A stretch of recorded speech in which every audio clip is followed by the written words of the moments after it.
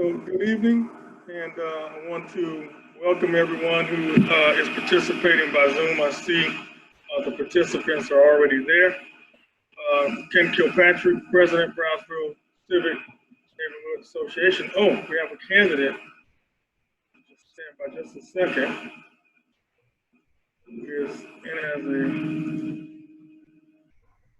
We have two candidates here now.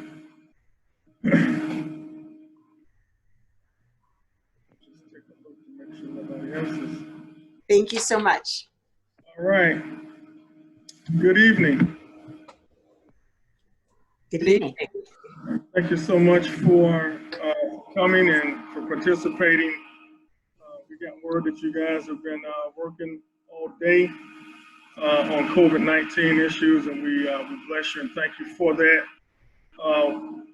Just for those who are watching, this is the Mayoral Forum sponsored by Brownsville Civic Neighborhood Association. Myself, President, and Representative James Bush, who is first Vice President of the association. So again, thank you for coming out, and for those who are watching by Zoom and of course by YouTube. And I want to give just a few words and an invocation from Representative James Bush, and we'll get right into introduction of our moderator, and we'll go ahead and begin. Let us pray. Our Father and our God, we thank you again tonight for this day, for this is the day that you have made, and we will rejoice and be exceedingly glad in it. We come once again now, thanking you for the participants who have already tuned in to share with us, the members and residents of the Brownsville area, their thoughts and ideas about how they can be of assistance to this community. Bless each of them as they speak to us tonight. This is your servant prayer we pray. Amen. In Jesus' name we pray. Amen. Amen. Amen. Thank you. Let me just first welcome our candidates, which I'm very familiar with both of you, and we are honored that you have taken out of your time out of your busy schedule to be with us and the residents of our community, Brownsville community. We're looking forward to hearing from you tonight, and want to welcome all of the Brownsville residents who are tuned in as well in this debate. And we're looking forward to hearing some great things coming from our panelists tonight. I'm not going to do a lot of preliminaries and prolong the time, because I want all of the time to go to the candidates. And with that being said, I want to thank our host tonight, who did an awesome job on last night, none other than our attorney, Ms. Bonita Jones Peabody, the Variety, who with us tonight. And I'm going to now, Mr. President, turn this back over to you so we can get started with our debate tonight.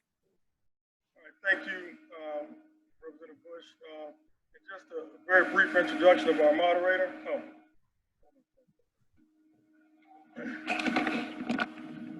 Can you guys hear me now? Yes. Yeah. Okay, very good. Just a brief introduction of our moderator. She is a senior criminal defense attorney, former managing editor of Miami Times, also an analyst for the Black Affairs Department of Miami-Dade County, and also a host of a radio show, WEDR. Let's welcome Bonita Jones Peabody Laverty as our moderator this evening. Thank you. Thank you. Mr. President, with that said, then I'll go into it, because I don't want to keep anybody waiting, knowing how busy everybody's schedule is. So just for a preliminary, so that the candidates would know that they will each be given a 2-minute opening statement, and that will be followed by a 5 minutes to outline their platform. I'm going to ask that if you're not speaking, that you have your mic turned off, so that we won't get any background noise while you're giving your answer. Now, if time permits, there are going to be a few questions coming from the chat room or from Facebook Live, from my understanding. And at the end, you will be given 2 minutes each to give your closing remarks. So with that said, it's my understanding that you had a busy day today, both of you being commissioners, dealing with COVID-19. We're going to start there. On June 28th, Mayor Jimenez released a statement. Ms. Laverne, if I may, just to allow for the 2-minute opening remarks from the candidates first, please. Thank you. I'm ready to get to the questions. Thank you so much. Woo, we get ready to get started. So with that said, thank you so much, Mr. President. Commissioner Carver, being a woman and running for the mayor of Miami-Dade County, we're going to start with you. If you would give an opening statement, please. Introducing yourself. You would think by now I'd have the Zoom thing down. Good evening, everybody. Thank you so very much. I'm really, really pleased to be with you tonight because you are a strong civic association and you represent the residents so ably and so vigorously and for so many years. And there is nothing more important than strong civic participation to make sure that we have a strong democracy. So it is really a great pleasure to be with you. So thank you to our moderator and thank you to everyone. So I'm Daniela Levine Cava. I have lived in Miami-Dade County for almost 40 years, and it has been my great pride and privilege to work in the community for 40 years. I landed here at my first employment was at Legal Services of Greater Miami at the Northside Shopping Center, and I spent my early years representing people in the Liberty City and Alapata and Brownsville neighborhoods primarily. I also represented children in the school system county-wide to make sure children have the opportunities that they need and deserve to have a productive and full life. And that was really always what has motivated me in my career. I went on from Legal Services to run the Guardian Ad Litem program and then the foster care system. I taught at Barry University, at University of Miami, and Nova University, and I had the great privilege to start a nonprofit organization originally called Human Services Coalition, and now Catalyst Miami, 25 years old, which continues to serve in the very neighborhoods where I got my career started. So I ran for office 6 years ago and defeated an incumbent, which is unheard of in Miami-Dade County politics. And I did it to bring equality and justice to all, just as I had done my entire career. And it was time for me to step up to government at the ripe age of 59. So then I was reelected. Reelected. We got 2 minutes on this one, and then we're going to go. Was that 2 minutes? Went Yes. so fast. Well, it's my privilege to serve, and I look forward to being your mayor. Thank All you. right. Always when you're having fun. Yeah. And then Commissioner Suarez.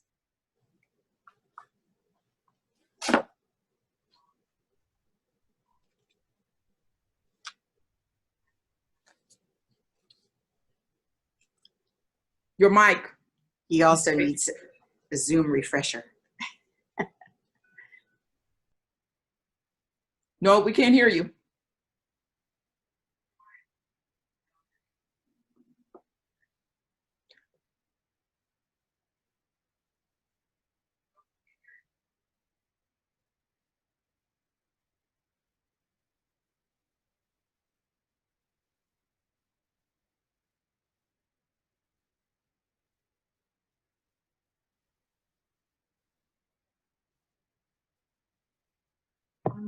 There we are. And now your time will begin now as you begin to speak.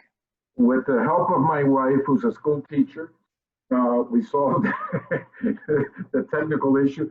Like Daniela, I have so much in common with her, I want to tell you. And I admire her so much because last night we had an all-out debate and she did fantastically well in a language that was not her original language. And I just had to tell her that I admire that. The same thing happened to me, by the way. I came to this country, I did not speak a word of English and I had to learn it. And I try to speak as well as you do, Bonita. And I hope you don't run against us because with all those last names that you have, you appeal to everybody. So Daniela and I both came up in legal services. I was actually a member of the National Board of Legal Services.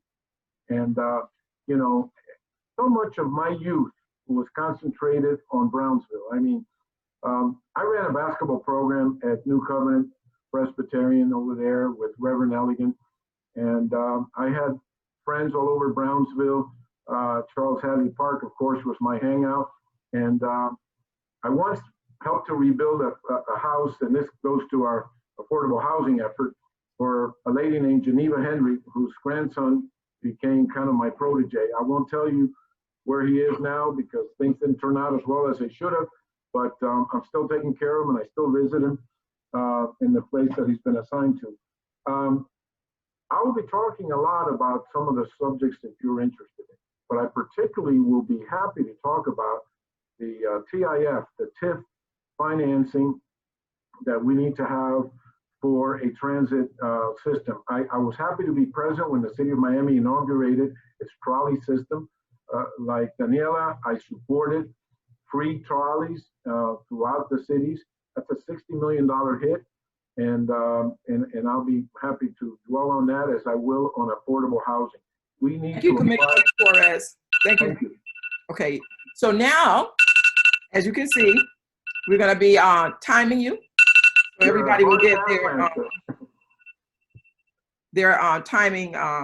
Everybody will get their equal timing to answer the questions because we've got a lot to get through. We want to respect your time, and we really need for you to answer the questions that we're posing to you because this is going to help us make that important decision come election day. So I know that both of you have been very busy dealing with COVID-19. Now I get, well, I'm sorry. I'm still trying to jump the gun. So Commissioner Cava, if you would put forth your platform, you're going to be given 5 minutes to do that. And then we're going to get into the questions. Finally, we'll get into the questions. Okay, thank you. Thank you very much. So I'm going to talk about 5 main issues very quickly. So let's talk about COVID because it's so present on everyone's minds. I have been the chief critic of the way we've handled it in Miami-Dade County because we have been slow to respond, slow to test, almost no contact tracing and no isolation, too quick to open up, well, too slow to close and too quick to open up.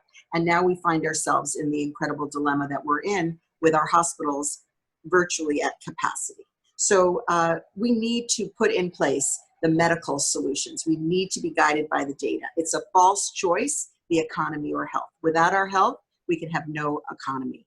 So we need to have a chief medical officer. And as your mayor, I will appoint someone to guide our decision-making and make sure that we do it with our health as number 1 in mind. Then number 2, our economic recovery, because our economy will never be the same. We will be slow to recover and we will have a new economy. Some of the jobs that we've had will no longer exist. Some of the businesses will no longer exist.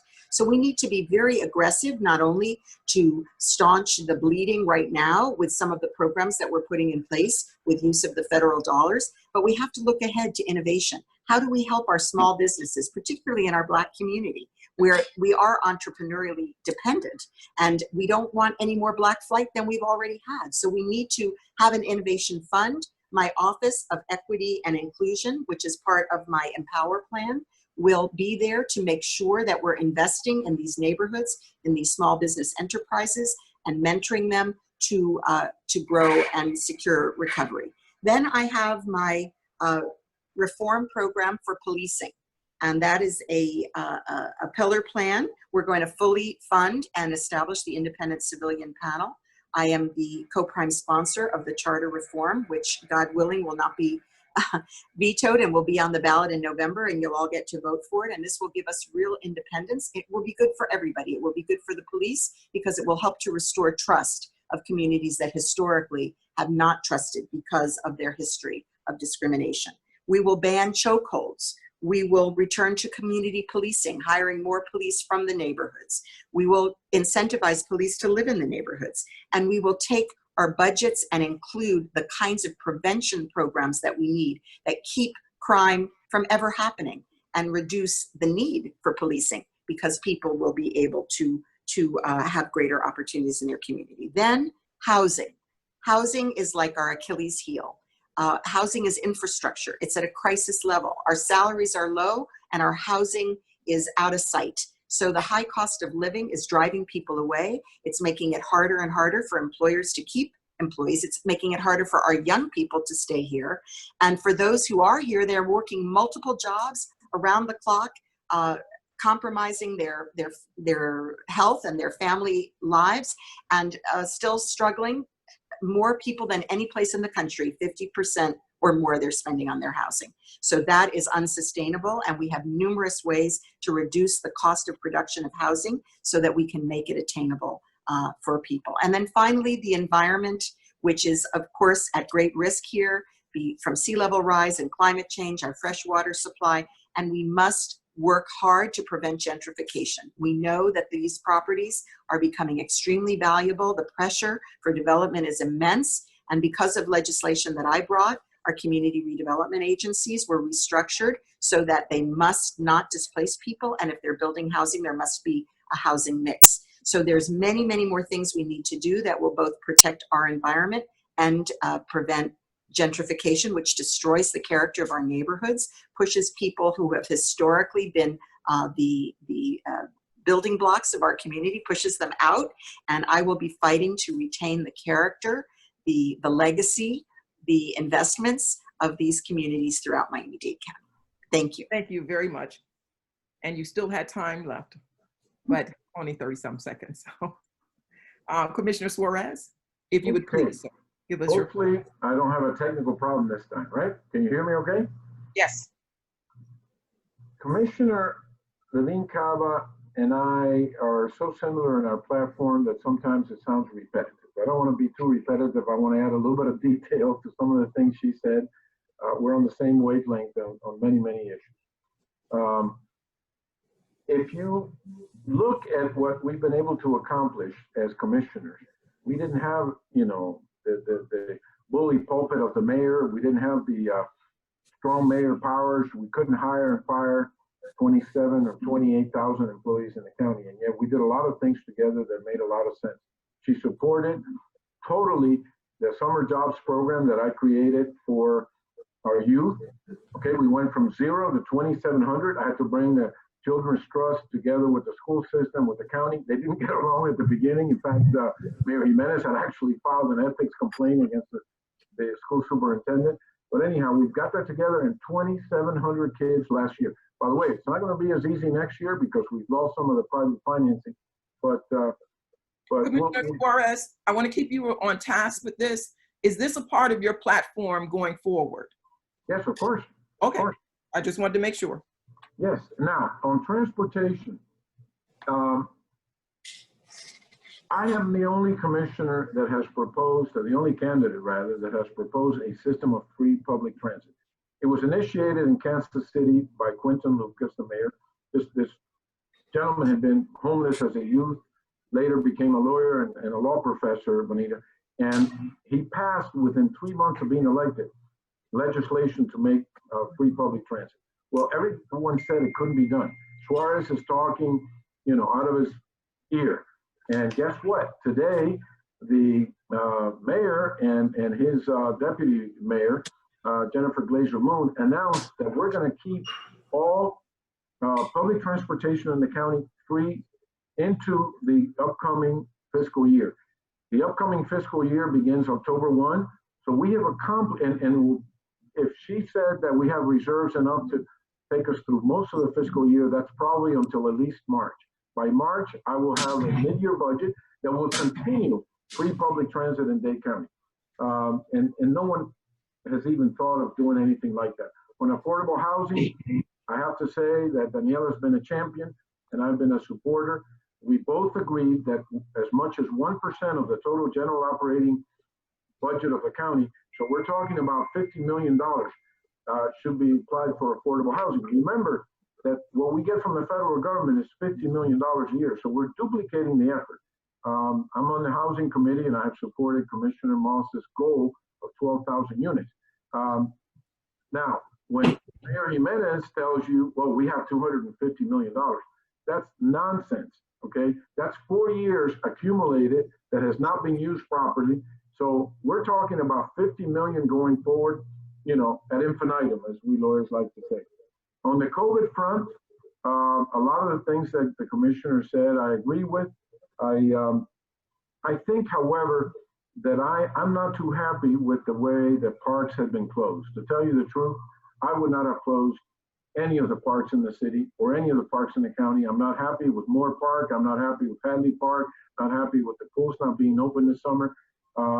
And as mayor, I will make sure that that doesn't happen going forward. On the CIP, we're both in total agreement. The commissioner mentioned that, you know, hopefully it won't be vetoed. I don't think it can be vetoed since she put forth, and I supported, a charter amendment. We did a CIP in the city of Miami, and as you probably know, Mr. Jacobs is the assistant director, Ronnie Jacobs, and they withstood a lot of challenges, including the recent case of D'Agostino in 2017, and they do have subpoena powers, not against, you know, not applied to the officer in question or any police officer, but applied to other witnesses. And this is very important. 1989, for example, we had the shooting of Clement Lloyd and the other fellow that was on the motorcycle. I took it upon myself as mayor to go to the morgue. You can imagine what all the other commissioners are telling me. Don't do that. Don't get in the middle of all this. But I lifted the veil and I made sure that that bullet came in from the front and not the back. And I told that to the community, and I was there for the community. That's the kind of mayor you're going to see going forward, someone who's accessible, someone who will give you his email, as Mr. Kilpatrick has had all these years. And of course, Representative Bush, and I love that prayer that he said initially, by the way. You know, we really, really will have an accessible mayor, and my phone number will stay as 305-496-8484. The last 4 digits of that happens to spell out TITI, which was my son's nickname when he was younger. Just don't tell him I told you. I won't. Me nor the thousands of people who are watching. But so now we get into the questions. This is the favorite part, where you get to let us know why it is that you deserve to have our votes. And as I've said before, I know that you've been working hard today on COVID-19 initiatives. Back on June 28th, Mayor Jimenez released a statement to the press announcing the formation of what he called the Strategic Unified Response to Guideline Education, SURGE. He said outreach teams would be going out into the neighborhood. The mayor promised that he would visit areas in Brownsville, Little Havana, Cutler Bay, Alapata, and Homestead to provide safety kits, vital COVID-19 education, and additional information resources to the residents. To date, members of the Brownsville community are concerned that they have yet to hear nor see a single SURGE team member in the Brownsville community. In contrast, the arrival of SURGE teams in the neighboring Alapata community were widely publicized and the initiative implemented.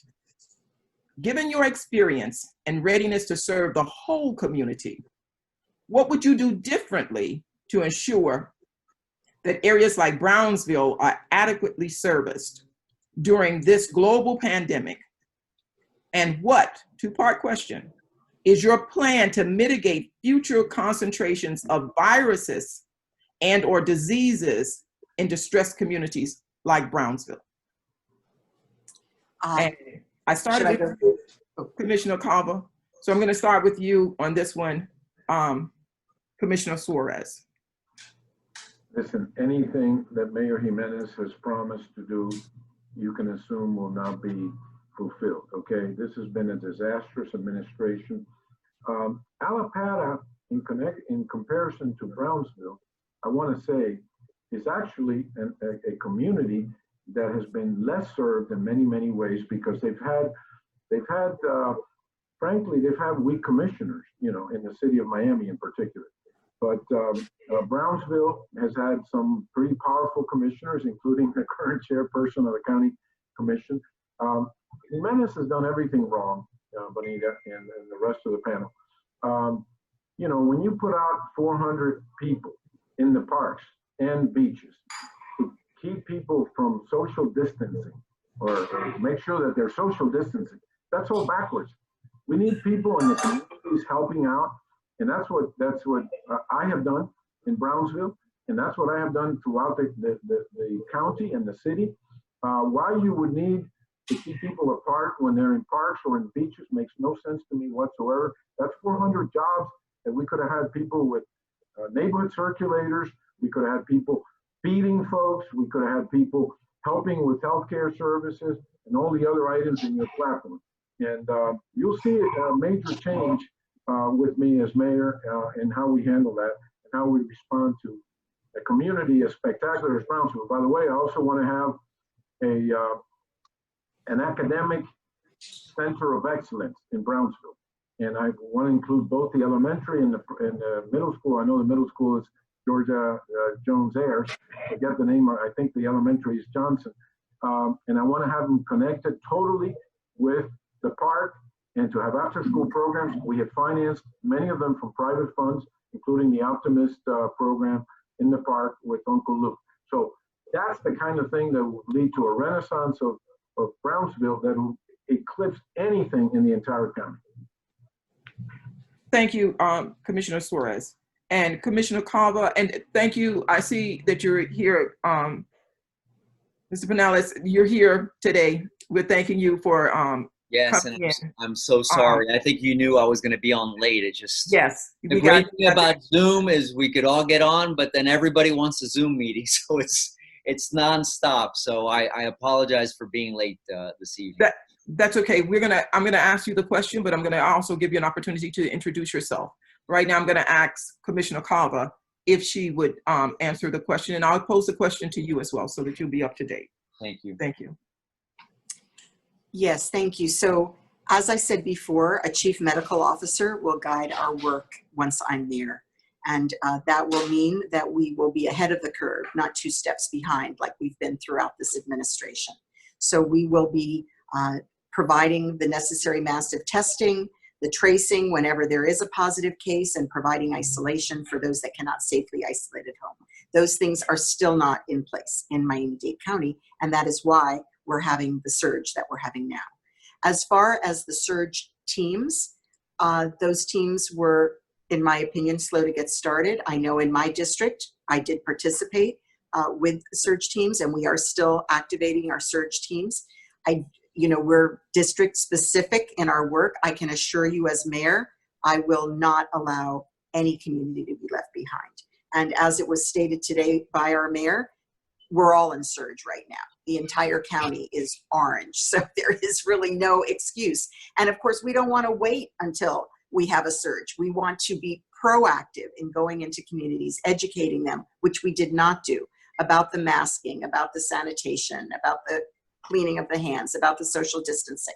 So there were so many things that did not go right in terms of educating. And we also know that for the Black community, the incidence of COVID is at least double, if not more, the incidence for Anglo communities. And that's both for contagion and for death. So we should have been, from the outset, actively engaged in these communities. And Dr. Cheryl Holder was on with us today. She's a colleague that I've known for many, many years. She's been at the forefront of understanding why is this epidemic affecting so much communities of color. And it has to do with not having good access to healthcare in the first place. It has to do with living maybe in closer quarters. It means that you're more essential. You're in the essential workforce, so you're not able to stay home safely.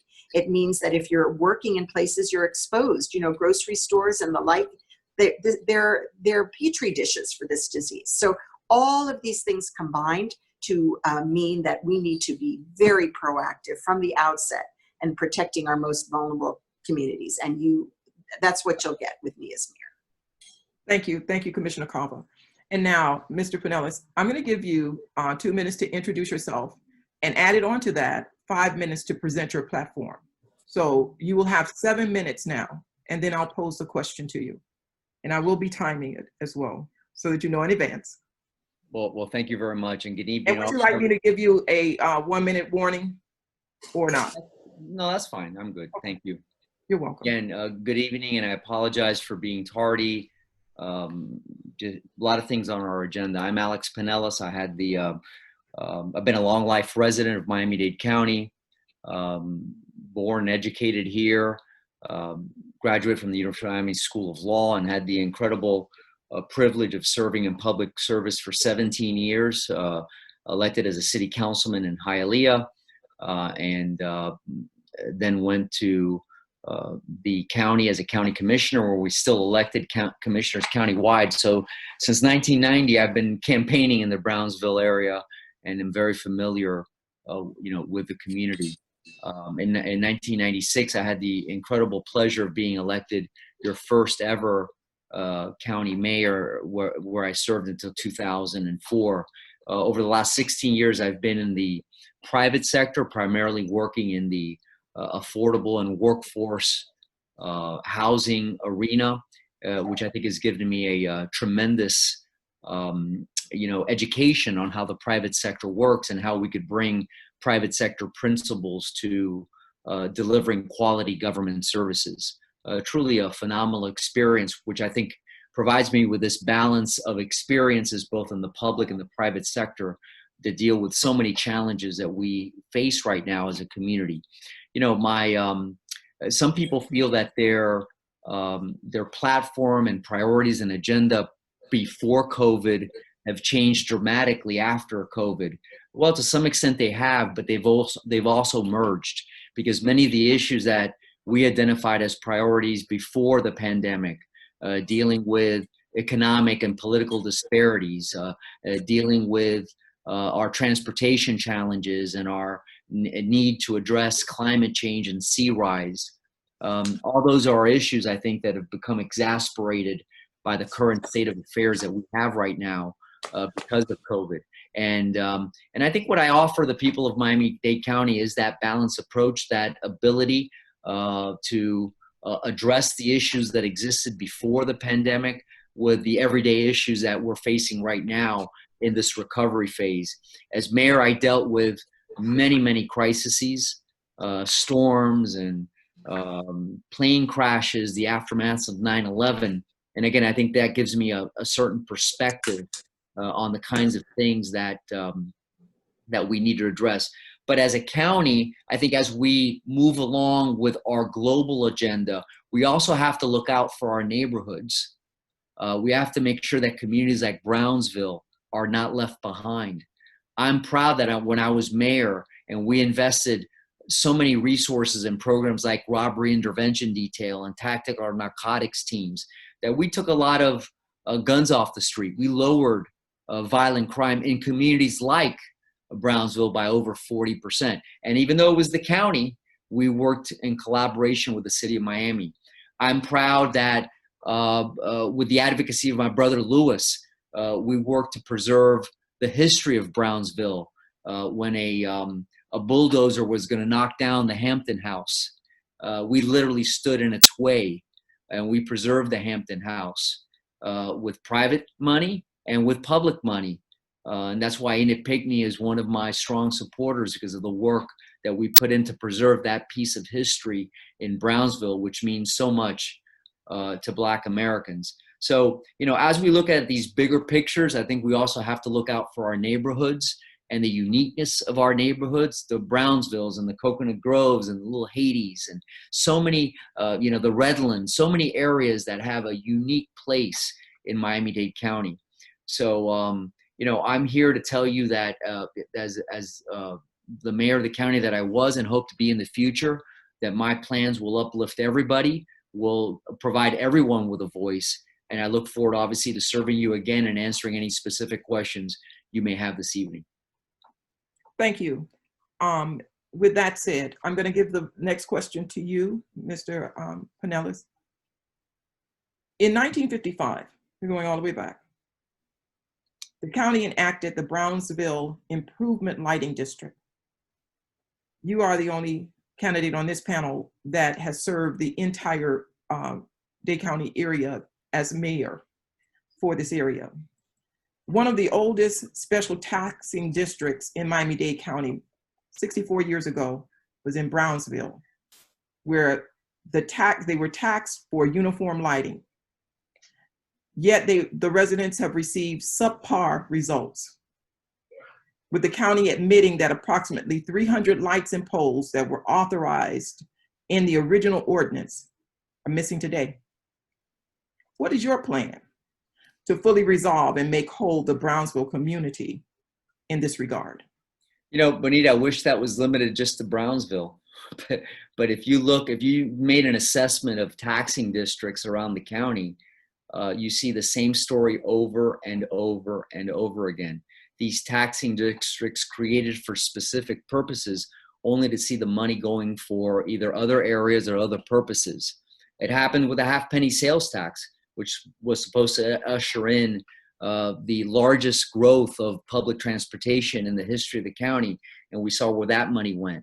We saw how dollars from the Omni area district increment plan went to build a new baseball stadium. I just go on and on with examples of how money has been misspent. So while I don't know, I don't have specific knowledge about the sliding district that you mentioned, I'm not surprised by what you're telling me.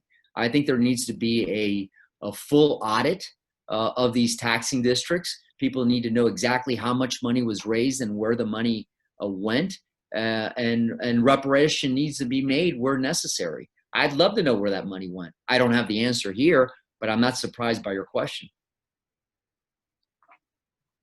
And I'll ask this question also to Commissioner Suarez.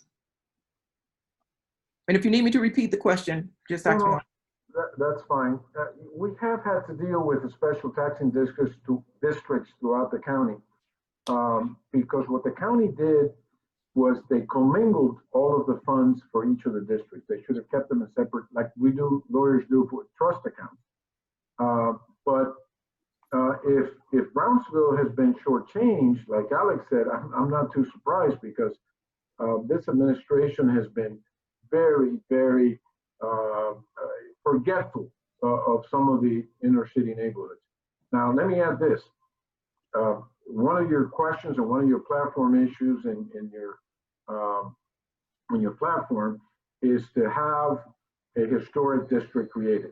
I have supported that. Not only that, but I went straight to the Commissioner Torres, with that, we're going to get to that question, but I really want you to address, what do you intend to do? Bonita, let me tell you something. I told Ken that I could stay with you from 7 to 7:30, and I'm going to stay a little longer. As opposed to former Mayor Pinellas, I was here from the beginning, and I'll stick as long as I can. But I want to be able to address some of your questions before I bow out. And I want you to address every question that we ask you, and I need you to stay for as long as you can. And when you have to leave, I will understand that. But I want you to address the question I've asked you now. I would like to complete my statement as to Dade Heritage. Okay, I'm fighting for you. My daughter was the former chairman of it, Olga Viera. I communicated with her. I communicated with the executive director, and we're going to make that happen. And I've done that for Brownsville every single time that they've come to me. And I will look into the special taxing district issue. And if there's any shortchanging of Brownsville, you'll see me correcting that. I'm a hands-on mayor. I look at every single community in the county, and I'm always accessible. By the way, you have my email, you have my phone, and I'll be there for you. Thank you. I appreciate that.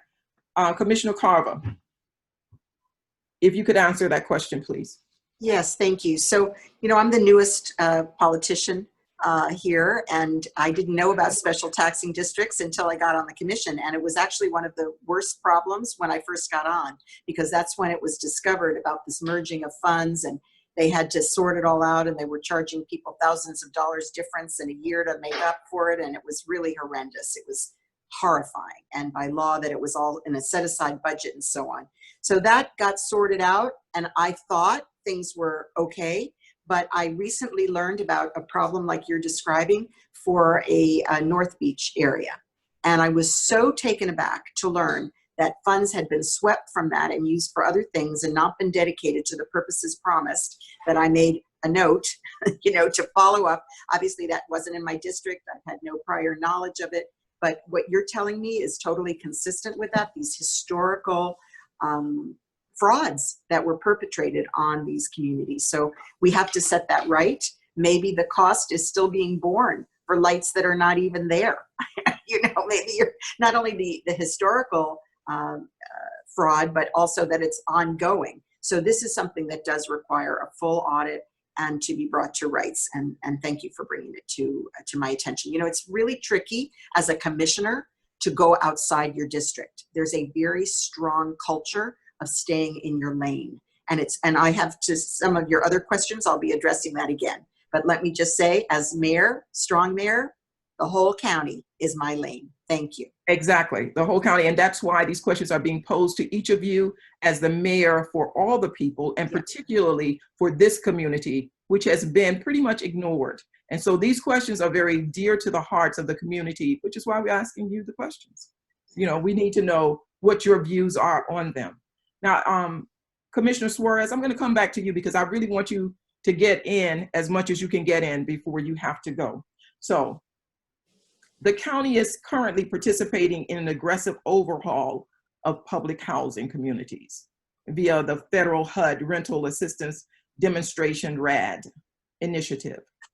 Public housing communities like Brownsville's Annie Cole number 14 family of sites was subsequently vacated to make way for the ambitious redevelopments there. With massive redevelopments already underway in Liberty Square and more developments planned on massive tracts of lands in Black communities throughout the county, like Brownsville, what is your plan to ensure that public housing residents are not disenfranchised from these new housing opportunities? Bonita, I also want to go back for a second to the prior question and clarify one thing or add one thing to it. When the county misbehaves, be ready to sue. I did that with the half cent that Alex Manelas referred to. The mayor then filed an ethics complaint against me, so we have to get substitute counsel. So be ready to file suit and sue us if you have to, and I'll help with the resources if I can actually be co-counsel with you.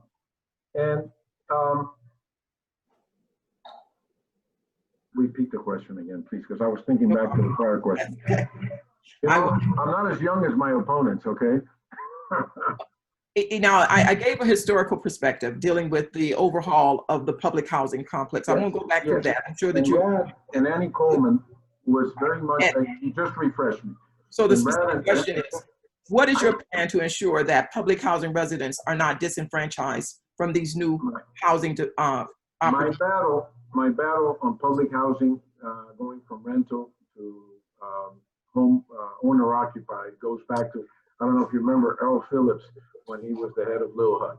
Okay, and it's a great idea, but it was done in this case without any consultation of the community. All of a sudden they showed up and they said, this is what we're going to do, the RAD. People didn't even understand what the acronym RAD stands for. The bureaucrats love to do that, to throw out that. The fact of the matter is that people are concerned that they're going to be displaced. People are concerned that they're not going to be brought back and be made owners. They're going to be, long gone. And we just didn't handle it very well. I mean, all the hearings that we had, and folks, and by the way, I wish that I could impress upon the person who's chairing those commission meetings to listen to people a little bit more patiently. Folks were very, very, very impatient about our explanations. And maybe that's when we should have had the mayor going to the community, to Brownsville, and having the town hall meetings and listening to the folks. That's the way I always ran the city of Miami. You never saw anything imposed on anyone without being consulted. That is the definition of democracy. And in this case, we didn't do that. And so everybody took it in the wrong way. The idea generally, philosophically, is a good idea. We would love to have people have home ownership, but not at the risk and at the expense of displacing people. And when you have a mayor like myself, I will be there to make sure that doesn't happen. Thank you, Commissioner Suarez. Mr. Pinellas, would you need me to ask a question? No, not at all. Because I think there's, I not only understood the question, but I think there's also some parallels to what's happening now with gentrification, where developers are now all of a sudden discovering what used to be undesirable neighborhoods, and they want to build these massive developments there, and you're just also displacing families and residents that were historically there. In government, we have regulatory power. And as we develop either public housing or workforce and affordable housing, like you mentioned, Benita, or in the case of private sector developers who want to build private developments, the local governments, not just the county, but the city also, obviously, the city of Miami, has those regulatory powers. And it's within our right in government to say that displaced residents will not only be given interim or temporary housing opportunities that are either comparable or better to the ones they have now, but that there's a place for them to come back when those developments are built. And that could be done in a variety of ways. Perhaps you provide a little bit more density. And I think that's actually could be a positive thing to mixed communities, to have individuals who used to live in public housing now part of a different development with more amenities, with more modern resources. I think that could actually be a positive thing. So I would approach the issue you mentioned, both in terms of public housing displacement and gentrification through regulation and through policy, which is certainly within our purview. Thank you. Commissioner Cava, will you mandate as a mayor community benefit agreements for all county-funded projects that are built within the Brownsville community and other communities as well, to ensure that the Brownsville community is well served by the development? Thank you, Benita. May I also answer the last question? Sure. Thank you so much. I'm an attorney as well as a social worker, and I've spent a lot of my time representing public housing tenants, not only in Miami-Dade County, but in Atlanta and in New York City. So I have a long history on public housing issues. I know that the Hope 6 redevelopment was poorly managed, that the right of return was not fully implemented. And when Liberty Square came, there was a great suspicion. And naturally, there's great suspicion about the RAD program too. And so some of the things that I have done because of my concern that residents continue to have the right of return as well as tenant rights, I insisted that the residents be given individualized counseling, and they signed off on agreements that they would have a right to return, like Annie Coleman, as I understand it. Also, they were given interim housing, as I understand it. As strong mayor, these people would report to me. As commissioner, I don't have as much say. So I'm really looking forward to overseeing this process. But I also insisted that there be a tenants council, a residents council, just like there is in public housing. And I've even overseen the elections for tenants councils. I did that several years back through my nonprofit. We were asked to be the independent overseers of that election process. So I take tenants' rights extremely seriously. We also made sure that there would be no new requirements put on the families on right to return, that the families would be intact, they would not be subjected to a re-review. So these are some of the things, and we need to enforce it. And we need community groups to be aware, just like yours, and to be there to help enforce the rights. And these because otherwise they will be overlooked. Government needs accountability. So I just want to emphasize that. As far as community benefits, I want to acknowledge my colleague, Xavier Suarez, who was trying to put in place a community benefits piece of legislation. I'll come to him next, so don't steal his thunder. He's coming up. No. Okay, he can say about that. He didn't actually get to do it. But what the point is, that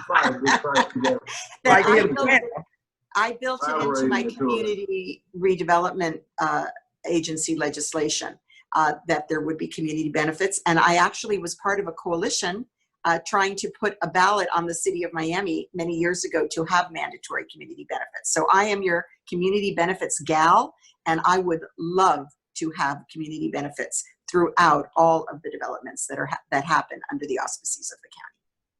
Thank you. And Commissioner Suarez, what is that plan? It would enforce countywide community benefits on anything that the county does, any expenditure by the county, and it would make possible for you to file suit if we don't comply with it, because it would be part of the law. Now, having said that, and hoping that after this, I'll leave you with my colleagues, Mr. Pinellas and Daniela, because I'm at the end of my rope here today. By the way, we had 2 commission meetings today. Here's what we do in other situations when we don't have that legislation in place because it didn't go through the county commission. I don't even think it was considered by committees. By the way, they bottle up a lot of the stuff that Daniela proposes and what I propose, but keep in mind that on August 18th, we're going to have a brand new commission. This is historic. Folks, keep an eye on every single one of those districts. I'm supporting candidates in almost all of them. And then one, of course, who wasn't able to run at this point, but Danielle Cohen-Higgins will make a very good county commissioner. And I think Daniela is very close to her too. So we'll probably be both supporting her. Here's what we did in one case. Okay, it was a lot of behind the scenes stuff, but it was the biggest single project that was financed jointly by the county, the city of Miami, and the CRA, Southeast Overtown Park West. Behind the scenes with Bishop Adams and with the people from the Southeast Overtown CRA, I negotiated and helped negotiate the city of Miami a deal that ultimately allowed every single resident of Overtown to ride Tri-Rail for free in perpetuity. It's a perpetual easement. So that's the kind of community benefits that we need going forward. And that's what's going to happen, by the way, for your community, because we're going to have a linkage from downtown based on that same agreement, okay? And I'll send you the 80 pages of it so you can advise all of us, and including your board members, of what it accomplished.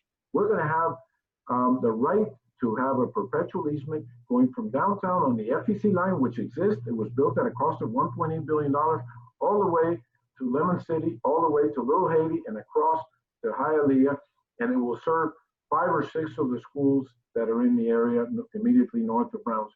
So that's the kind of stuff that we need to do when we do community benefits agreement. And I compliment the city of Miami, Mayor Suarez and Keon Hardiman as chairman for what they did in that. And that's probably going to stand up as being one of the best community benefits agreements ever.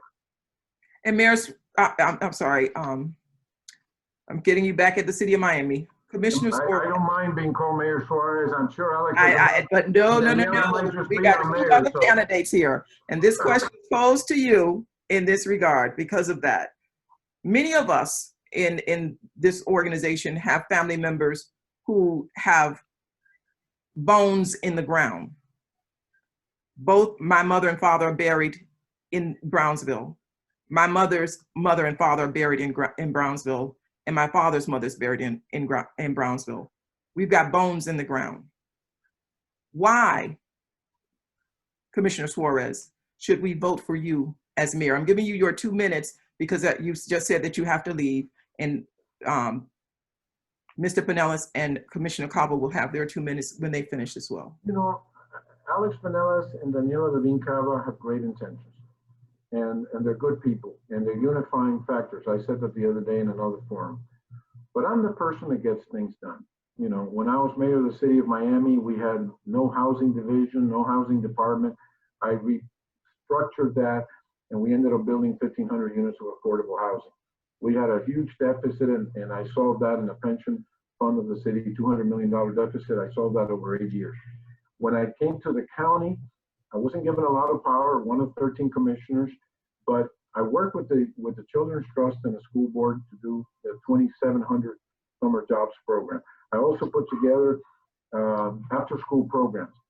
By the way, the idea of after-school programs was brought to my recognition and my attention by Luther Campbell when he said, we need after-school programs. Those kids leaving those elementary and middle schools and going into the park, they need to have after-school programs. And we did that. Between me and my son, we funded 20 after-school programs. 4 vocational training programs, including Edison, of course. That's the kind of thing that I get done. Other politicians, you know, have good intentions, but I get things done. I did it as mayor of the city of Miami. As county commissioner, I didn't have as much power, but believe me, when I have a strong mayoralty, today, for example, and I want to announce this, if I didn't make it clear before, we're basically saying that with the existing budget, without raising taxes at all, we'll be able to offer free public transit in our system well into the next fiscal year. And then I will pick up in mid-year and maintain that going forward, because I'll make adjustments to the budget. So we will have the same thing as Kansas City has under Mayor Quinton Lucas. We will have free public transit in Dade County. So I thank you again, and I'm always available. Xavier Suarez, ESQ at AOL is my email, 305-496-8484. And I thank you for your time, and I thank our representative and Reverend Bush for that beautiful invocation. God bless you all. Thank you, Commissioner Suarez. And I'm about to say, Mayor Pinellas. Mr. Pinellas, you were one of the youngest mayors that Dade County has seen. And as the mayor, former mayor of Miami-Dade County, and now seeking to become one of its newer mayors in a commission that has already been said that's going to be completely brand new, and we've got a brand new community. Under COVID-19, everything has changed. As Commissioner Carper said, jobs will now be displaced. New things will have to be learned. So the question for you, sir, is would you utilize the existing or support amendments to the local urban center district zoning plans to ensure that redevelopment on county-owned land adheres to the same housing standards of its adjacent parcels to prevent high density in the interior of our neighborhoods? And how do you plan to do that? By the way, I'm proud to be one of the younger candidates again in this race, by the way, just parenthetically. Anyway, and if I may just add one little footnote to your community benefits question, because I never got a chance to answer that. And I think my colleagues had fantastic answers, and I support them. But let's not forget about enforcement, because we make a lot of promises and we write up these agreements and we meet with the community and we say we're going to do A, B, C, and D. And then we come back every year and we're amending those community benefit programs, and the community ends up sometime on the short side. You know, what you asked is the only fair way to answer it, Bonita, is that it would have to be on a case-by-case basis, because I think there are appropriate policy rationales for perhaps changing density on certain properties because there's other public policies you want to encourage. For example, you may want to encourage affordable and workforce housing, and that may require in certain neighborhoods or certain streets that there be higher density. Or if you're closer to the Metro Rail station in Brownsville, that you want to encourage higher density along our transit corridors. You know, so for me, you know, to say that there's a definitive answer that in all cases, new development will follow exactly the density in adjoining properties, I think it would be the wrong answer, because I think, now if you gave me an example, you told me this particular project is being proposed here, I would analyze it for what it's worth. But a blanket policy or a blanket prohibition, I'm not prepared to respond affirmatively at this time to that. So Mr. Pinellas, then my question to you would be, what would you consider to be too much density in a neighborhood like Brownsville? Again, it would depend. If you've got your county section and half section lines where you want to encourage. Remember, Brownsville used to be in a neighborhood that was bustling with small businesses, with barber shops, with grocery stores, with mom and pop businesses. And along corridors like that, there may be some opportunities to have mixed developments, for example, where you have a return of some of those smaller businesses at the ground level with, let's say, multifamily, affordable housing in the upper level. So to me, again, you're asking me to say exactly what the density is per acre. It'd be, by the way, most of those decisions would be made by the city of Miami, obviously, not by the county. But I do think that a definitive answer in Why do telling you say it would be the city of Miami? well, I think you have, well, clearly on issues of zoning, okay, you look at the totality of the areas to make your decision, right? It's Brownsville and surrounding areas, and you try to create zoning areas that are consistent overall with the makeup of those areas. So I would proffer to you, again, a hard and fast rule on what the density would be without giving me a specific example. It's very difficult for me to answer.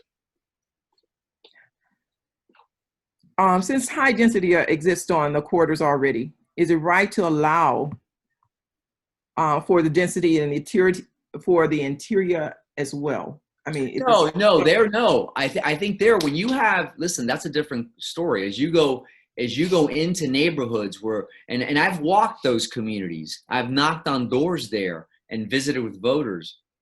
There are many, many neighborhoods that are single family homes. No, of course not. I'm not talking about going in and allowing a 40 unit per acre project where you have a predominant makeup of single family homes. Of course, that's why I was referring primarily to your county section and half section lines where you typically have the greatest opportunity for higher density, if it makes sense. Again, I would have to look at it on a case by case basis. Now, I asked you before about saying about the city of Miami, but you realize that Brownsville is unincorporated Dade County. Of course. Hialeah to the west. You have the city of Miami to the south and to the east. I understand that, of course. Okay, just wanted to make sure. Now, Commissioner Carver, I'm going to go and, unless you just wanted to address that. I absolutely want to address that. I'm practically jumping out of my chair. Okay. All right. I see your hand. Okay. Well, we have community councils and we have a process for public participation. And the answer that you got just now sounds like a developer answer. It doesn't sound like a community answer.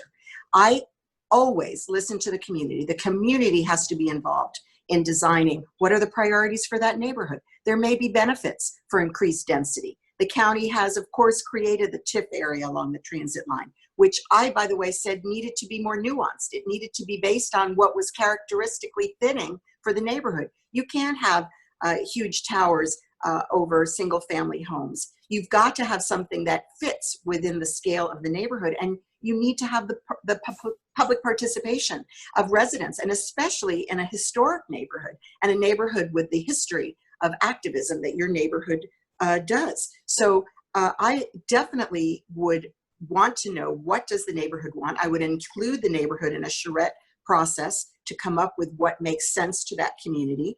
Developers could come in and propose what they think would be beneficial in terms of a mixed use or increased density, but the community would have to be part of that decision. We just had a project in my district that was defeated because the developer did exactly what I'm saying now at my direction, spent the time talking to the residents, and the residents were not persuaded, and so neither was I, and that project was withdrawn. So that is very, very critical to me. Now, I don't know if this is the same time you want to talk about the TIF funding, but I definitely want to say. That's what I want to move on to you. And I'm going to ask you a question in reference to it. That was a question I was going to pose to you. Okay. Very going into that. A charrette was already done for the Brownsville area in 2003. And I just wanted to ask you that, since you brought that up, will you be willing to honor that as mayor, strong mayor for Miami-Dade County? Well, 2003 was a long time ago, so I think it would be great to refresh it and bring the neighborhood out. You know, I learned about neighborhood planning as a recent college graduate in Atlanta, where I oversaw internships. And some of my interns were placed with the city of Atlanta that did neighborhood-based planning in a really great way. There were neighborhood planners assigned to every neighborhood. Everybody was prepared and schooled on the issues and weighed in and had a vote and a say. And that's what I would like to do as mayor, bring that kind of participatory process to really everything that we do, but certainly what happens to your neighborhood. So I think 2003 is a great place to start. It's 2020, So we would take it out, we would look at the new conditions, and we would see what would make sense, and that would be a guiding force. Really, everything that I do is guided by community participation. Do you want to talk about specifically the TIF? I'm going to ask you a specific question dealing with the TIF, and then I'm going to come back to you, Mr. Pinellas. Give me just a moment. Give me just a moment. Let me go through this. The Brownsville community is subject to a county ordinance that collects a portion of its taxes, which customarily would inure back to a trust fund for the Community Redevelopment Agency, the CRA. This particular ordinance has assigned this tax increment to smart corridor transportation expansion and development in areas where there is either planned new metro rail construction or a new bus rapid transit options. Because Brownsville experiences blight and slum, the community believes that its tax increment should be eligible for use as a CRA fund, as permitted by Florida Statute Chapter 163. Commissioner Cava, what is your plan to compensate for the loss of revenue and resources to refresh Brownsville? Yes, thank you. And I have been eager to answer this question because I know that Mr. Kilpatrick particularly will remember that I tried to raise this concern at the time we were voting on that TIF matter for this area. I must say I almost got my head chopped off, but I really felt very strongly that this was a neighborhood that should not be part of just the automatic sweep of the TIF money into the transit corridor, because there was a neighborhood with specific neighborhood plans and goals. That to be said, there's no reason why we can't still create a CRA in this neighborhood. I did this in Naranja, where we were able to expand the Naranja CRA, even though there is a TIF, and carve out some funds for the CRA. So I would definitely be in support of doing that and providing the dollars. I'm a CRA proponent because I believe, again, that it puts the money into the hands of the local residents and gives them a say in how that money is invested. And unfortunately, if it's swept into the large county pot, then it's very difficult to have a say and to really make something happen that is guided by neighborhood excitement and neighborhood participation. So that's what I would do. I would allow the opportunity to continue to create that CRA by expanding the boundaries, and hopefully we could get both the TIF for the transit and the CRA for Brownsville development. Thank you, Commissioner Calva. And Mr. Pinellas, I would ask you that same question. Sure, thank you.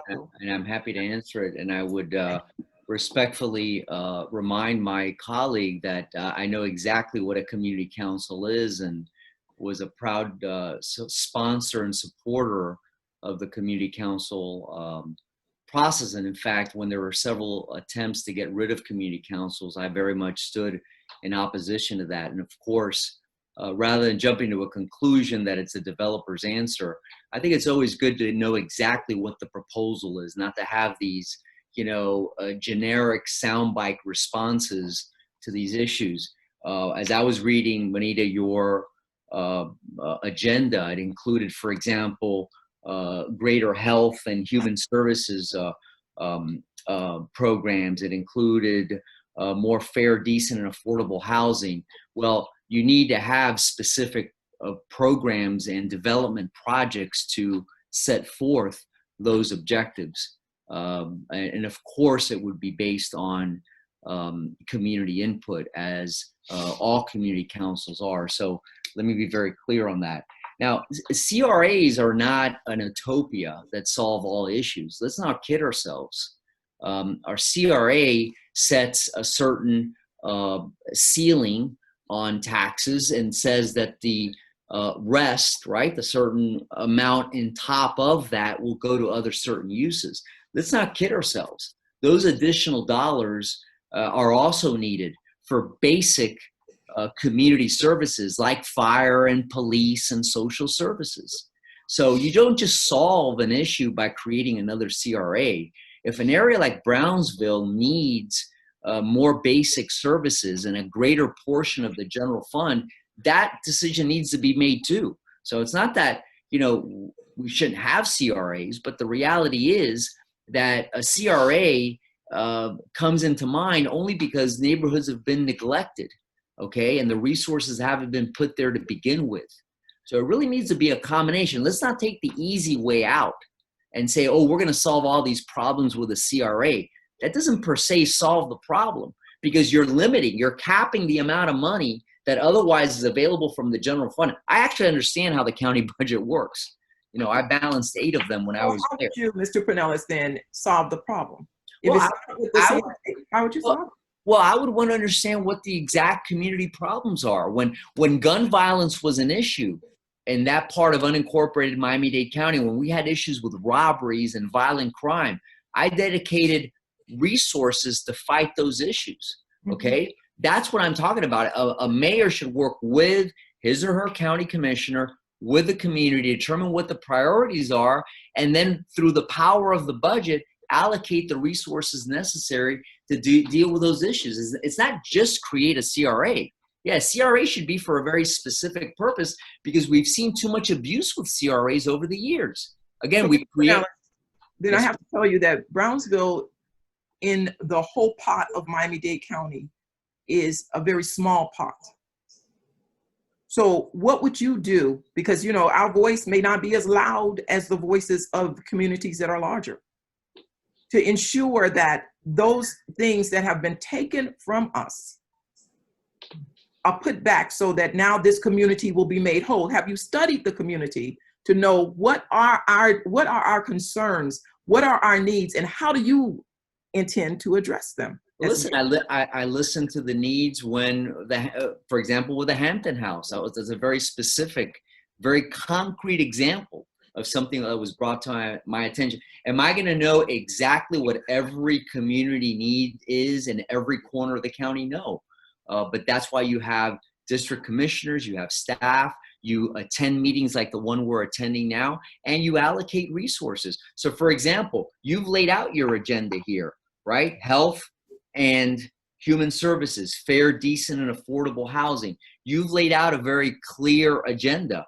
And the goal would be to work with the mayor to specifically address those issues through the budget document, which is the greatest manifestation of policy. Now you mentioned, and I'm so, you know, we are certainly appreciative of the Hampton House with Mrs. Enid Pinckney, with you, with your brother Lewis.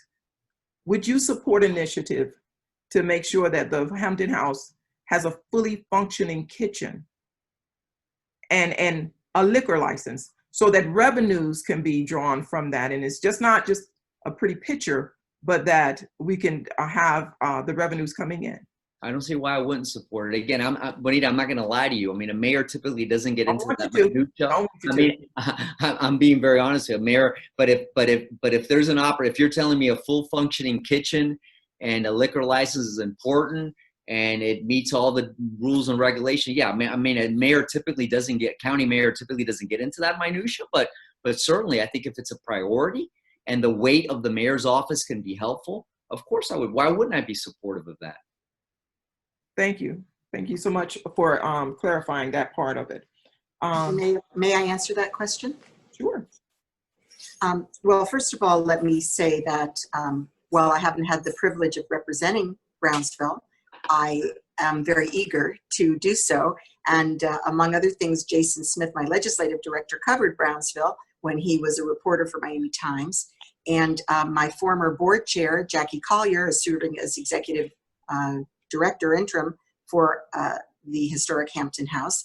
And I'm going to be providing some funding for a mobile that is needed in the short term.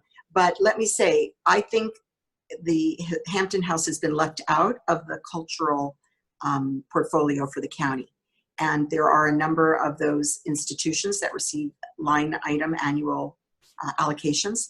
And I would recommend and I would push for Historic Hampton House to be part of that.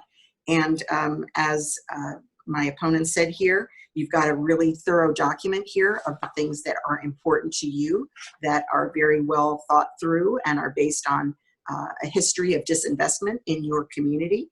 And I would work with you to make all of them come to pass. And because of the emphasis that I'll have on community planning, we'll have somebody assigned to work with you to exactly help you move these ideas forward. But I certainly have no problems with any of the things that you've laid out here. and would be Thank happy you, to support. Commissioner Carver, with that. I'm going to ask you, we're going to be very, let's be very candid. Brownsville has a great number of needs. There's a desert of needs there. It's a blighted area. Many would call a slum, and particularly if you don't know the people who live inside of it. So my question is this: will you support and work with the Brownsville Community Neighborhood Association towards the creation of a fully funded Brownsville NRSA Revitalization Trust that would compensate for the lack of representation from the dysfunctional model city CAC, as well as potentially administer a tax increment restoration fund, own and develop property, fund area-specific safety programs, as well as other uses to arrest this slum and blight throughout Brownsville? It's an issue for us. And that's addressed to you, Commissioner Carver, first. And Mr. Pinellas, I will ask you next on that. Well, I think that's a very, very thoughtful and wise proposal. And I was very concerned when the Model City Community Advisory Committee was disbanded, and I wanted to be assured that there would be another entity in place to move forward to make sure that needs were reflected. And certainly CRA dollars is one thing, but I certainly would be very, very open to this idea. Among other things, I had brought the many years ago, I did training around community participation in the HUD funding mechanisms, and I know that what we have in place is really a shadow of what it needs to be. That these groups really need to be supported so they can do effective planning, and then we need to really put our resources in the county into the priorities as identified. So, I don't know exactly, the Revitalization Trust. You tell me, HUD dollars for sure. It should be in the hands of the community. That is why, that's why we have these dollars, federally speaking. And again, I actually offered to train the neighborhood advisory councils many years ago because they were not being given the authority that they really needed to have to get the job done. Unfortunately, it was not accepted at the time, but I have held out hope that we can have truly well-supported functioning bodies to help decide how to spend these resources as they were intended. Thank you. Mr. Pinellas? Anita, I like the trust format. I almost like it more than the CRA format, to be honest with you. I used the trust format successfully with the Homeless Trust. I used that format successfully with the Children's Trust. I thought it was going to be successful with the Transportation Trust. Unfortunately, those that came after me got around that and grossly misspent the half-penny sales tax. So that one has not been a very good example. But I think the trust format provides a forum for the community to establish its priorities, and then to say that the dollars that are going to be allocated, by the way, could also be CDBG dollars, because obviously the county receives community development block grant dollars. It could serve as the mechanism by which those decisions are made. But these trusts are only as good as the mechanisms we create and the people we put on them. Okay? Because we end up putting all these political folks on these boards and all these trusts, and they don't follow the mandate or the purpose for which we created them. So I would urge, whether it's the community benefits issue that we spoke about before, whether it's a CRA, whether it's a revitalization trust like we're talking about now, there needs to be enforcement. And we need to make sure there's a clear mechanism by which those priorities are going to be set and they're going to be followed. Okay? Because if not, you could create all these new bureaucracies and we're going to be right back in the same place a few years later. But it is a concept I think, in concept, I would be willing to support. Yes, ma'am. And I'm going to stick with you, Mr. Pinellas, and ask this question, and then Commissioner Cava, I ask you to answer the question as well. The community is estimated to be between 15 and 20% of the population. Countywide, Black people are estimated to be, that's in the whole diaspora, 15 to 20% of the population. Yet it is estimated that only 2% of contracts in both procurement and construction are awarded to Black-owned firms. What is your plan to correct this disparity? Bonita, my administration, my mayoral administration, was the last one to have a race and gender-based contracting policy. We actually awarded contracts based on race or gender to Black-owned firms, Hispanic-owned firms, female-owned firms. Unfortunately, the courts intervened and they said we had to move towards race-neutral type of contracting. But since then, there's been a study. There's been a study that's very clearly shown exactly what you just said, that there is a disparity, especially in the construction arena with Black-owned firms. My plan is a 4-step plan. Number one, I would seek to amend the current court order that exists that threatens personal or punitive damages on commissioners who pass a race-based ordinance. I would seek to change that. Number two, I would immediately implement a race-based contracting policy in the construction arena. Remember, you got to look at every industry separately. I would then immediately conduct a new disparity study on the other areas like the purchase of goods and services, professional services, architectural, and engineering. And where disparities are found there, and I'm sure they will be, I would implement race-based contracting measures there as well. I have a very clear record on minority contracting. During my era, we had set-asides, we had quotas, we had minority contracting, and we haven't had it since, in spite of the study that exists. So I have a very, very clear record. But we got to do more. We got to make sure that we're also awarding those contracts to local firms too. I think we have a unique opportunity in this post-COVID world, not just to create jobs here, but to keep profits here, because that in turn creates business growth, new jobs, wealth and capital, home ownership opportunities. So I think all that goes hand in hand. But on minority contracting, I have a very clear record in the past and very clear ideas going forward. Okay, in a core challenge, why not include procurement into that? Well, procurement for construction. It's procurement for goods and services. It's procurement for architectural and engineering services. That's exactly what it is. It's a procurement process by which you are allowed to make awards based on race. Now we are not allowed to because of the court order. Thank you so much. You're welcome. Commissioner Cava? Yes, I'm really looking forward to moving forward with the race-based contracting, which has been bottled up by another commissioner whose legislation it is. But as strong mayor, you know, we don't have to follow those lanes, remember. The whole county is our lane. And so that is very critical. But really, it's about accountability. So for accountability, we're going to have my Office of Equity and Inclusion. Now, this is an idea I got from Seattle, and where they have a real staff that monitors exactly what happens within county government and also outside to look at what are the disparities and how we can remedy them. And we have to make up for lost time. We can't just, we're not neutral. I mean, 2% is unforgivable, unforgivable. Now, I was in my lane apparently, to work on women's issues. And we became the first county to adopt the Convention to End Discrimination Against Women in All Forms. And as a result of that, we've had annual reports that have looked at the disparities in wage and contracting.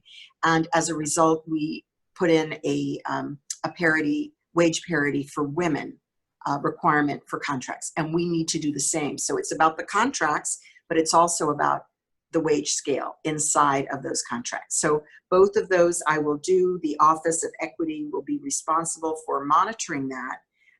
And we will be consciously investing. We also need mentoring programs. So I have in my district created a small business incubator called Accelerate South Dade.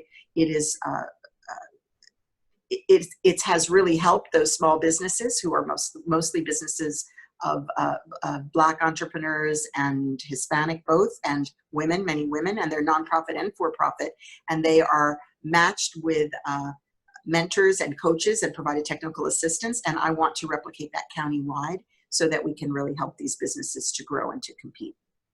Thank you, Commissioner.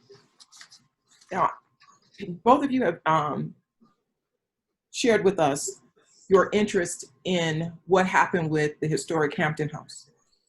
So my question becomes this: will you support the active Brownsville Historic District survey with the necessary legislation and funding to preserve the historic people and places of Brownsville? And in saying that, I'm talking not only about the Hampton House, but places like the Georgette Tea Room, Lincoln Memorial Cemetery.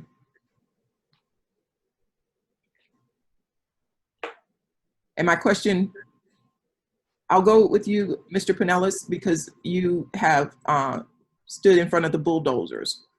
So will you put behind that the legislation and the funding to make sure that it is not just the one building, but a district in that? I love the idea because I think it could also serve as an opportunity to spur economic development, to create a district of history of a particular part of our community that so lacks history. When you think about it, as a county, we have so little history. We're a new community. 200 years is not a lot. 250 years is not a lot when you think of the major historical cities around the world.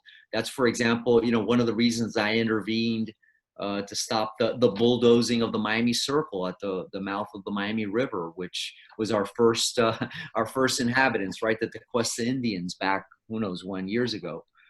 So we have, very little history. We're losing our history in the historical part of the Grove. We're losing some of our history in Little Haiti. We're losing it in Brownsville. So I'm someone who, yes, I'd love to see that. I'd love to be able to be strongly behind the creation of a district and provide funding where we celebrate the history of Brownsville and we showcase it to the world, because I think in turn that will create other economic development opportunities, which really was the thought behind even for those who were not purists on the Hampton House, right? That they weren't into it because of the significance it meant, because of all the important people who would go there. They bought off on the idea that it was part of protecting history and would provide economic development. So I think there's a strong argument to make there and something that I can be very supportive of. Yes. Thank you. Commissioner Calvert. Yes, thank you. So I already mentioned that I would support an annual allocation as a historic cultural venue. I didn't know there was a problem about the kitchen and the bar, but let's get that done. And I was really thrilled to learn about the Dade Heritage Trust cataloging of the neighborhood. I just, I think the Dade Heritage Trust does a great job and, looks very broadly at our heritage and our history, and we do have a lot of it.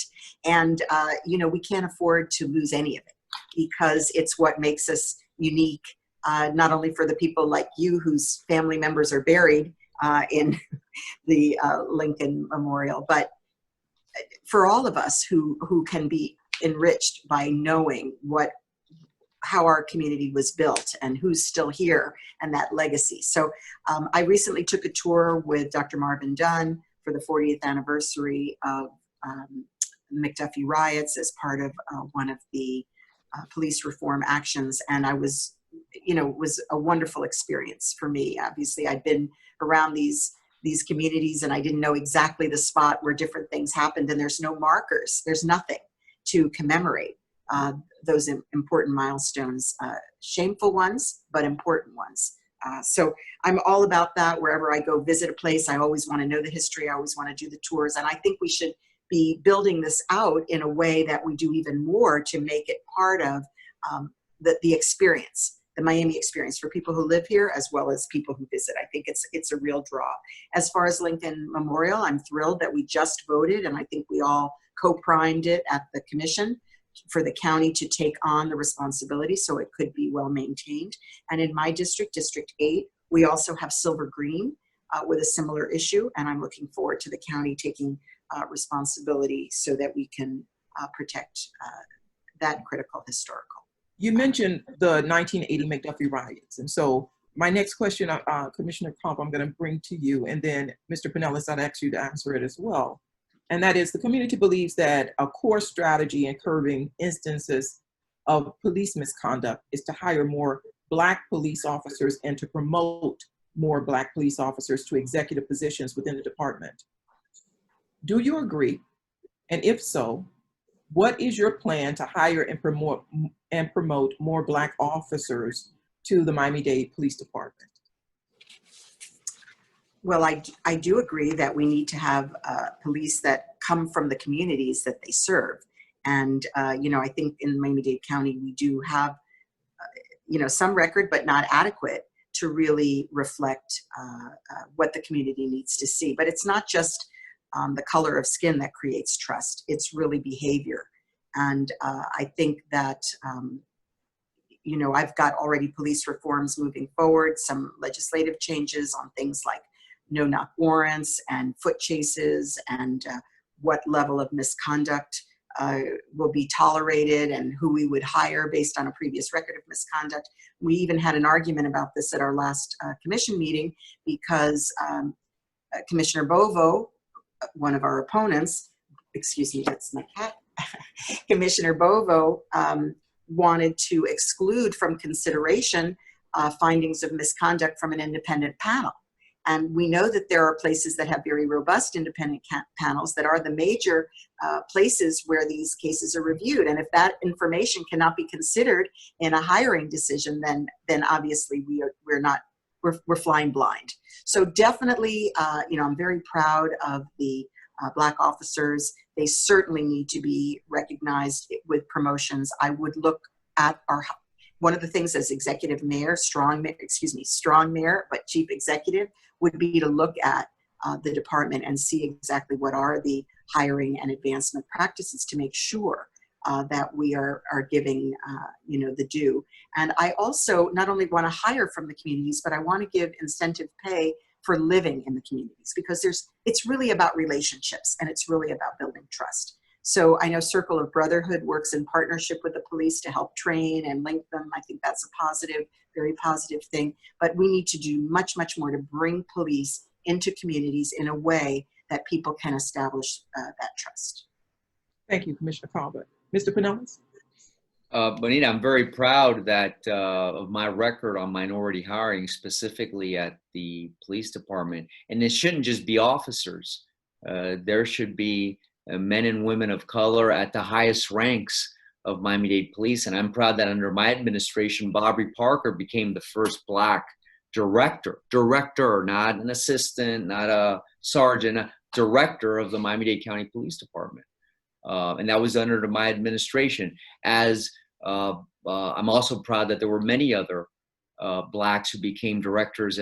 Angela Gittins at Miami International Airport, and I could just go on and on with Roosevelt Bradley, director of Miami-Dade Transit, many of the major departments. So yes, I think when we hire, I like Commissioner Cava's idea of hiring locally from the neighborhoods. I think that's good. It's also consistent with a community policing strategy, right? That you want your police officers to be familiar with their communities. I like that.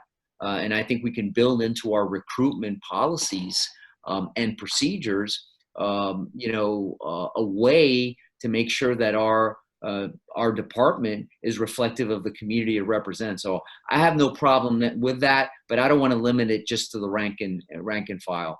I want to make sure that the higher echelons of the department also reflect the community. And so, Mr. Pinellas, the next question I have for you is, do you support defunding the police to finance social programs that reduce recidivism, or do you believe that programs could be strengthened by other budgetary sources? What are some of those sources, if you so believe that?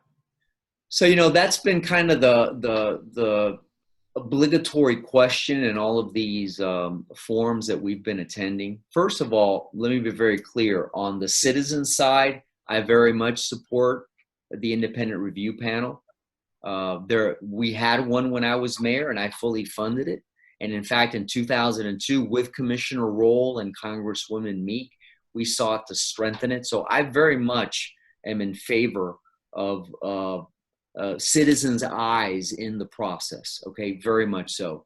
But I do not support defunding the police. I think if we have necessary needs in our social service network, we need to make the tough budgetary decisions and fund those. Are there opportunities? For example, yeah, I've been talking about mental health, Bonita, throughout this entire campaign. We don't need to have the full resources of an armed police officer dealing with a non-violent mental health patient. So there could be opportunities there. We don't need to have our Miami-Dade County Corrections Department be the largest provider of psychiatric care in the state of Florida. Largest provider of psychiatric care in the state of Florida is our corrections department. So there's opportunities there, okay? There's opportunities to treat our nonviolent homeless population with properly trained workers, not police officers. So there's opportunities to deliver services better. But I don't think I don't like the fact that we're trying to pit, right? Some folks are trying to pit the police and their funding versus the other needs. If there's other needs, let's go fund them. Okay, and let's make sure our police have the resources they need, because we all want to live in a safe community. We all want to have the necessary resources to make sure our children are safe. Thank you. Commissioner Carver. So I'm the social worker as well as attorney, and I've been accused of wanting to be the social worker in chief, and I wear that proudly. So I do believe that we have defunded over time the services that really help people stay away from crime. We've defunded after-school programs. We've defunded really parks programs. We have defunded over time services, social services of all kinds. And so that has led to, unfortunately, neighborhoods that have been disinvested, and oftentimes it has led to an increase in crime. So I think that having a prevention budget is one that will help us reduce the need for policing, right? Police, you know, getting rid of guns is not a prevention strategy. It's something that you do after the fact when there are guns in the neighborhood. You need to really have a primary prevention strategy. And that's what I've worked for my entire life. So I don't believe in defunding the police. We have to have public safety. We have unsolved crimes. We have rape treatment kits that have been sitting on the shelf. We have, you know, unsolved murders, and we have a huge rash of economic crimes. So there's many, many ways that we need police. We don't need police to be babysitters. We don't need police to respond to you know, all the situations that they do today. So I think what we have is an opportunity. Police recognize that they work well with other professionals. Homestead has a model called SOS that's a partnership model, and it works very well. So I would want to explore all the ways that we could reinvest in the kinds of programs that keeps communities safe, so that we don't need to over-police, or let's say especially, we don't need to militarize our police. Thank you. And Commissioner Carver, we have like 2 more questions. This one, do you support an independent civilian panel being created and codified in the Home Rule Charter?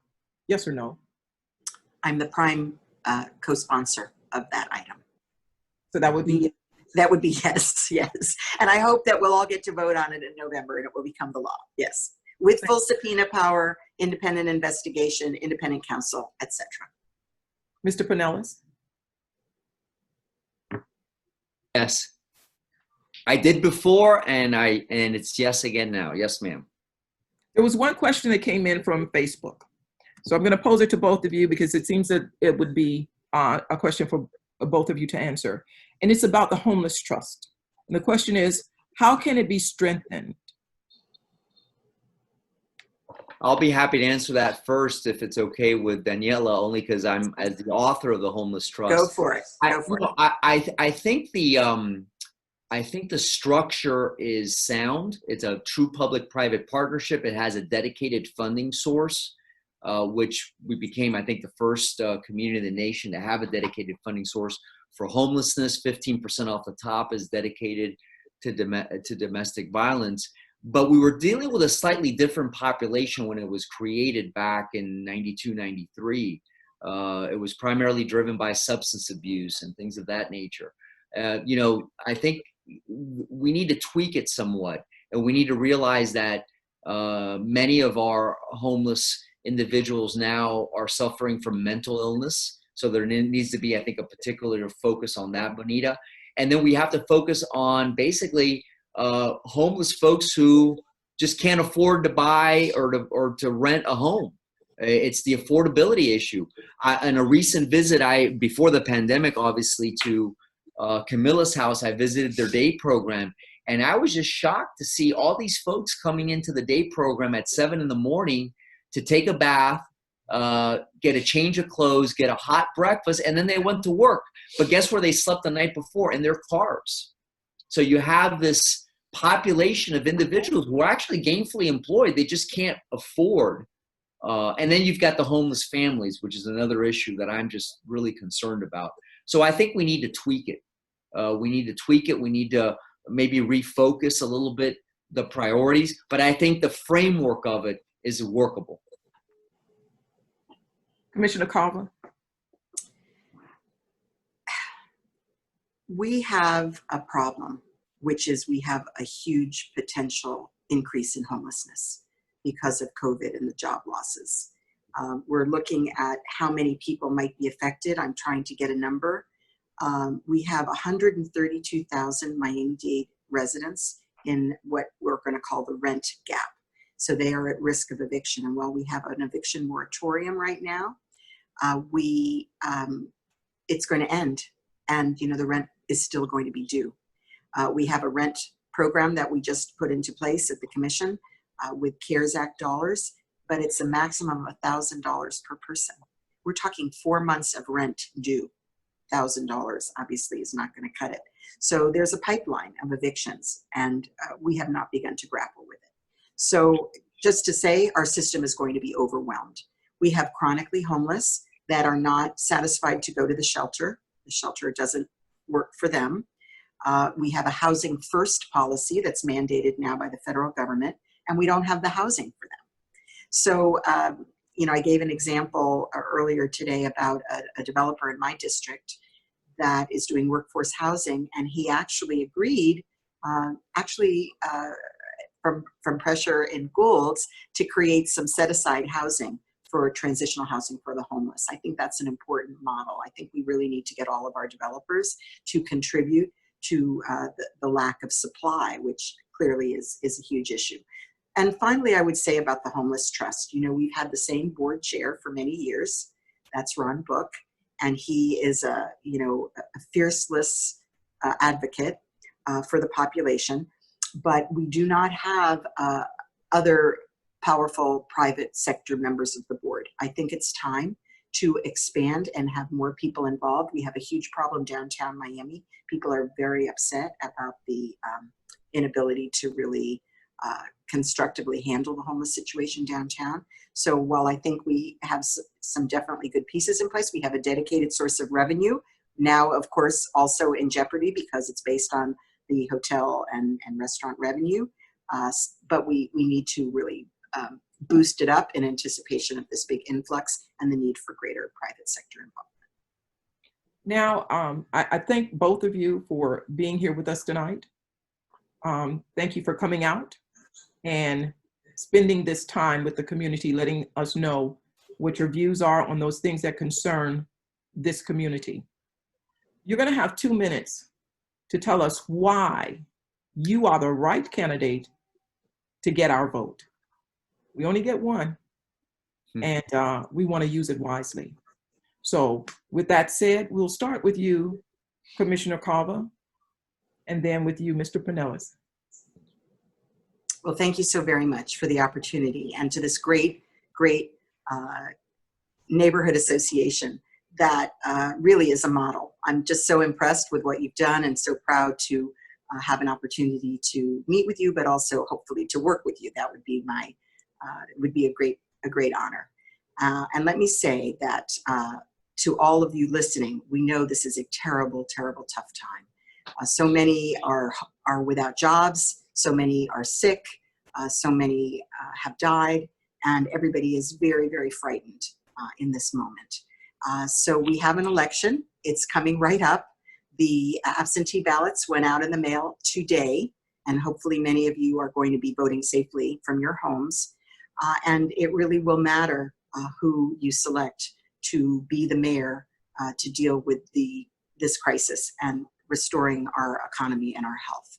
So I have 40 years of experience in Miami-Dade County running organizations. I've created thousands of jobs. I've started dozens of organizations, and I know the needs of the community. I've always been part of this community, and as your social worker in chief, I'll be able to put the things we've talked about tonight into practice, and I'll be proud to do it in conjunction with the community groups, playing a very active role. They'll have not only a seat at the table, but when it's your neighborhood, you'll be at the head of the table. So I have a very simple promise to make. I will be honest. I will always be concentrating on addressing your needs and your problems and solving them with common sense solutions. And I am here to serve you directly, listening to your voice as the most participatory mayor, the first woman mayor of Miami-Dade County. And I humbly ask for your support for this election. Thank you. Thank you. Mr. Pinellas? Bonita, thank you again for the invitation. Again, I apologize for having been tardy, but thank you for this opportunity. I would offer a couple of main reasons why those who are watching this evening should consider voting for me, again, starting tomorrow, as the commissioner mentioned. First, I think it's experience. I think this is a moment where experienced leadership is important. I did the job before. I've had private sector experience, and I think I have the right set of credentials and the right vision to lead this county through these very, very difficult times. The next mayor will have to balance all those issues that existed before COVID, because they didn't miraculously go away, okay? They're still there, and you gotta balance them with the very real physical and economic issues that are impacting us as a result of COVID. I ask people to remember the leadership I provided them through so many crises that I faced as mayor, hurricanes and so many other difficult moments. We were always prepared, and we always recovered, and we always recovered stronger and better than before and more united because we came together. I worked with the communities, with the municipal mayors, not in spite of them. I am a consensus builder. I got big things done like universal pre-K, the homeless program. I took on gun violence, fought corruption, grew the airport and the seaport, because I worked with the community, with, in some cases, very conservative members of the commission to get things done. I'm a consensus builder. I will not govern Miami-Dade County from ideological extremes like some pretend to do now. So I think those are some of the main differences that I will offer the people of Miami-Dade County: experience and the track record of getting big, bold things done. And that's what we need right now. We need a big, bold leader that could actually get things done. So I'm here to serve. I'm here to listen. I may not know all the specific issues impacting Brownsville. I didn't know him when Enid and my brother came to talk to me about the Hampton House, but I'm a quick study. I listen, and when I think you're right, you'll have a strong ally to get your things done. And that's what I'll offer you as Mayor of Miami-Dade County. So thank you so much. Thank you, Thank you. Commissioner, as well, and thank you all for listening this evening. Thank you both. And now, Mr. President, we're going to turn it back over to you.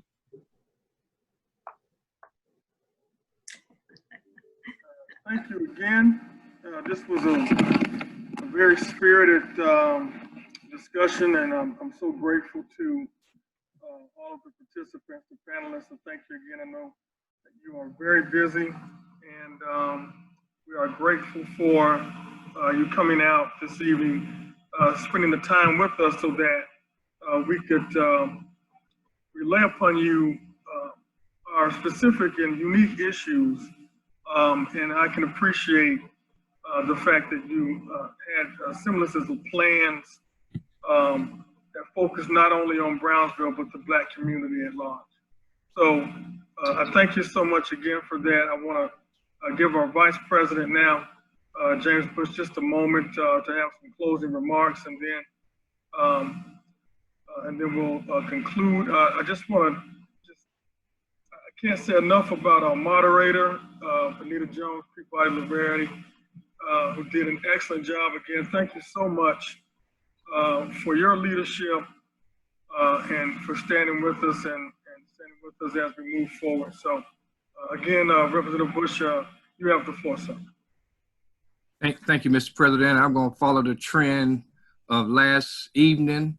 I'm going to ask that the listeners give our host, our moderator, a Brownsville round of applause. And I'd like for us to do it by just sign of your hands, clapping. Thank you. Okay. Thank you. Well, let me just say that we are I'm so honored to have joined this debate tonight. I am so familiar with all of the participants, and I want to thank each of the candidates who came on. Commissioner Carver, we also have Mayor Pinales, and then we had earlier Commissioner Suarez, who answered the call and responded timely, and we thank you for that. That is a signal honor that you honor and respect the issues and concerns of the residents here in the Brownsville area. We have been living out here for a long time. We know the issues, and we don't want to waste a lot of time being redundant, because I think each of you have addressed all of the issues and concerns that we have brought before you tonight. And this homeowners association just wants you to know that when this is all over, when the election is over, we want to just make sure that you understand that we're going to be coming down to the county, especially during budget time, and so that we can be heard and we can get our fair share. I just believe personally that all of you care about not only Brownsville, I believe y'all care about the entire county. And with that being said, I want to thank those who are watching by way of, or listening by way of phone, or watching by way of the Facebook. And we're all about to get, Madam Host, we're about to get acclimated to the new norm, which is social media. And I have one of the greatest experts here in my home. I have a 9-year-old grandson who's an expert in this. He knows more about this than I do. So I have a technician, Mr. President. However, on a more serious note, we thank you so much, and we're looking forward to working with the new mayor, and we are just so honored to be here tonight and to be a part of this historic event. And with that being said, Mr. President, I think that sums up my remarks at this time.